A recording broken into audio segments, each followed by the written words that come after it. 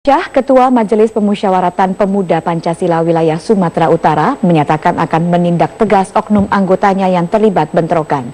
Meski begitu, dirinya menilai bentrokan yang terjadi hanya merupakan hal yang biasa dan terlalu dibesar-besarkan. Sementara itu, Sekjen Ikatan Pemuda Karya, Harfan Maksum, juga mengatakan mempersilahkan polisi untuk menindak tegas anak buahnya yang terlibat bentrok. Bentroknya cuma 1 jam 2 jam, cuma dibesar-besarkan aja. Sebenarnya nggak ada apa-apa, itu biasa insiden kecil. Cuma ada pihak-pihak mungkin yang membesarkan persoalan. Saya kira itu nggak ada. Motifnya apa Pak yang membuat? Saya juga nggak ngerti motifnya apa. Korupsikan tidak boleh lagi ada. Kalau ada pelanggaran kita akan hukum sesuai aturan. Seperti apa Pak hukumannya Pak? Hukumannya kita lihat pelanggaran. Bisa pemecatan, bisa skorsing. Perlu digarisbawahi bahwasanya kita ini juga anak bangsa. Anak bangsa yang perlu di Republik ini kita nih ya baik-baik aja lah.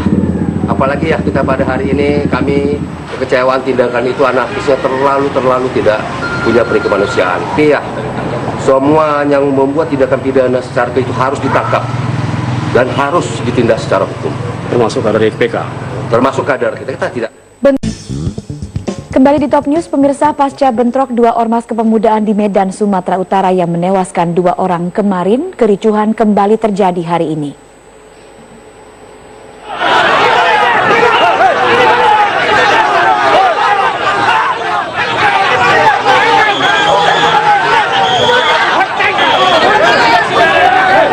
Kericuhan terjadi di kawasan lapangan Benteng, Kota Medan.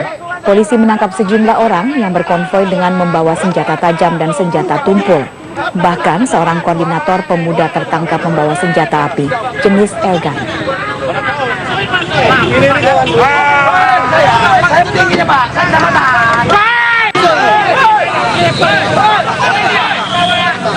Massa yang berlaku anarkis sempat melawan polisi. Polisi kemudian mengamankan sejumlah oknum anggota organisasi kepemudaan yang dianggap sebagai provokator.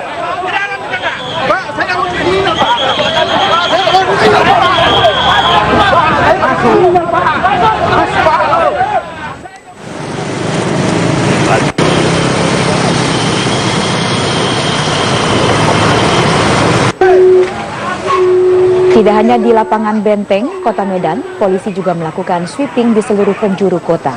Dengan pasukan penuh, polisi berhasil menangkap sejumlah kelompok organisasi kepemudaan yang membawa senjata tajam.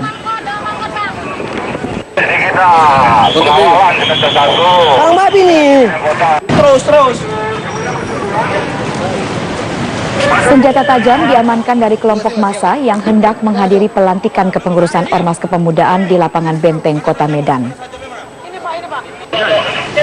Guys.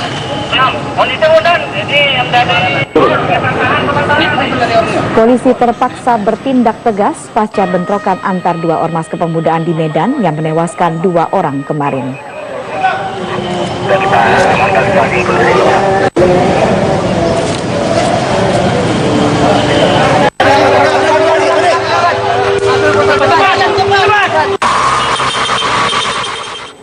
Kuasa hukum Jessica Wongso, Yudi Wibowo, menyatakan tidak akan mengajukan pra-peradilan terkait penetapan Jessica sebagai tersangka pembunuh Mirna.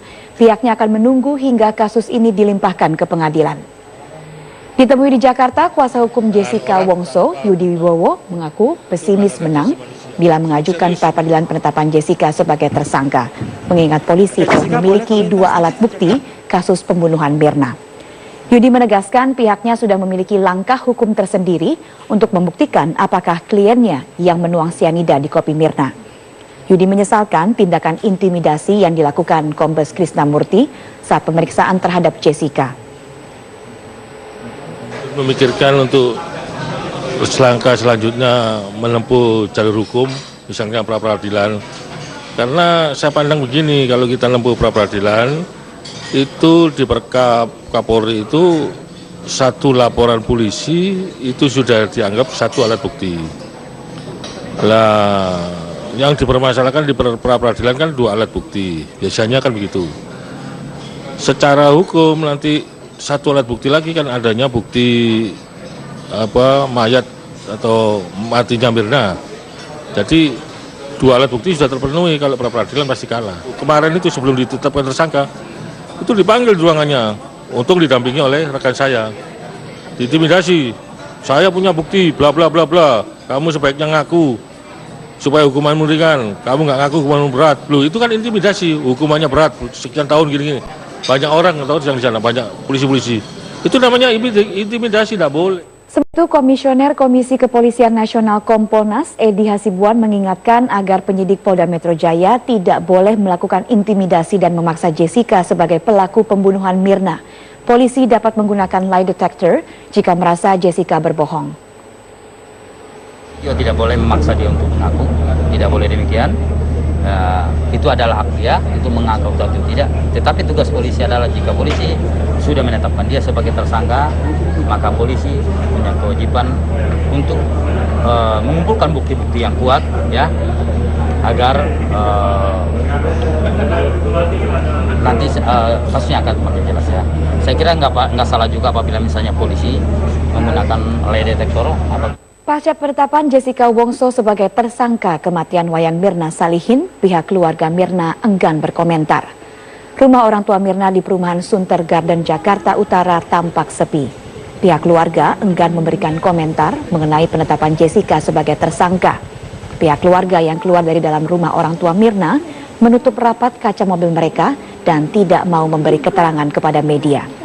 Salah satu pembantu rumah tangga keluarga Mirna menyebutkan ayah Mirna, Dermawan Salihin, sedang tidak ada di rumah. Sebelumnya, ayah Mirna sempat menyampaikan kepada media mengenai kecurigaan dirinya terhadap Jessica. Namun hingga saat ini, Dermawan Salihin enggan memberikan keterangan pasca Jessica ditahan pihak kepolisian.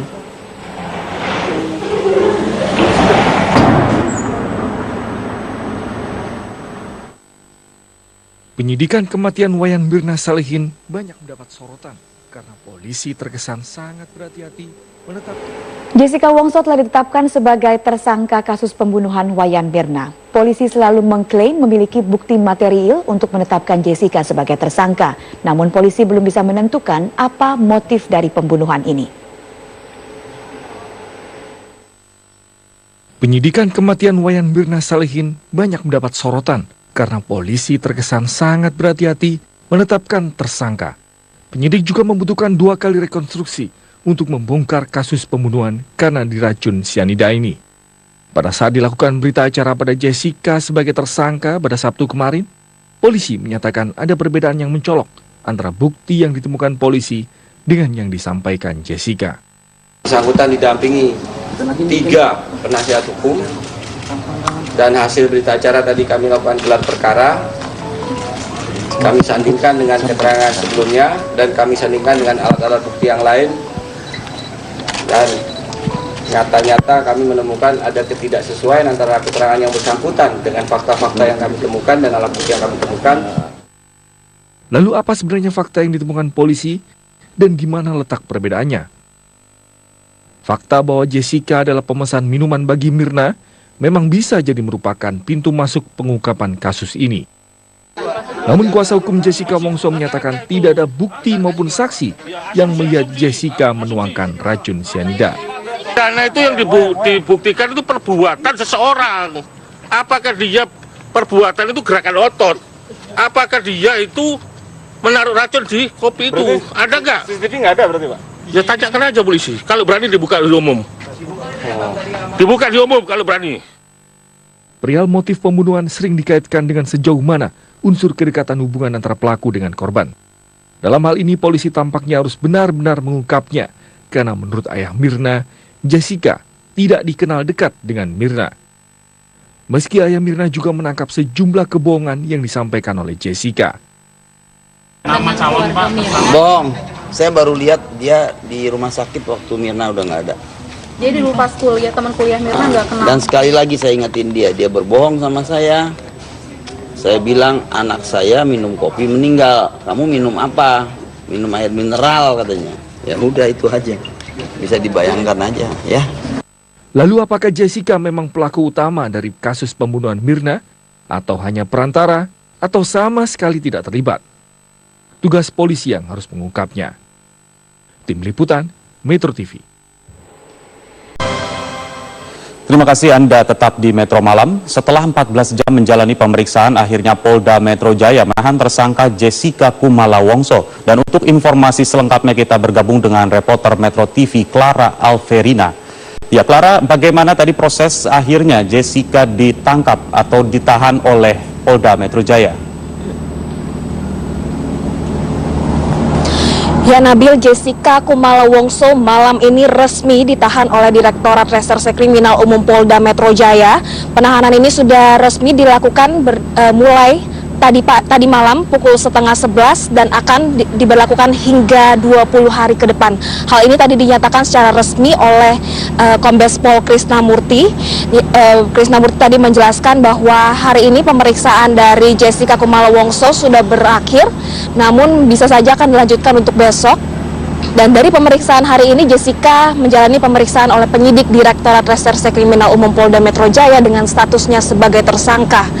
Dari pemeriksaan ini, Kombes Pol Krisnamurti tadi sempat mengeluhkan dari pernyataan dari Jessica Kumala Wongso yang sempat tidak inkonsisten karena Jessica Kumala Wongso ini sudah menjalani pemeriksaan di penyidik di Reskrimum Polda Metro Jaya selama beberapa kali menjalani pemeriksaan. Namun dari pemeriksaan tersebut Jessica Kumala Wongso pernyataannya sempat berubah-ubah dan inkonsisten. Dan selain itu Kombes Pol Krisnamurti juga menjelaskan bahwa apa yang ditemukan oleh tim penyidik di Reskrimum Polda Metro Jaya dengan apa yang disampaikan oleh Jessica Kumala Wongso ini tidak sesuai. Oleh karena itu dari tim di Reskrimum Polda Metro Jaya masih membutuhkan waktu yang lebih lama untuk menjalani mendapatkan pernyataan dari Jessica Kumala Wongso ini.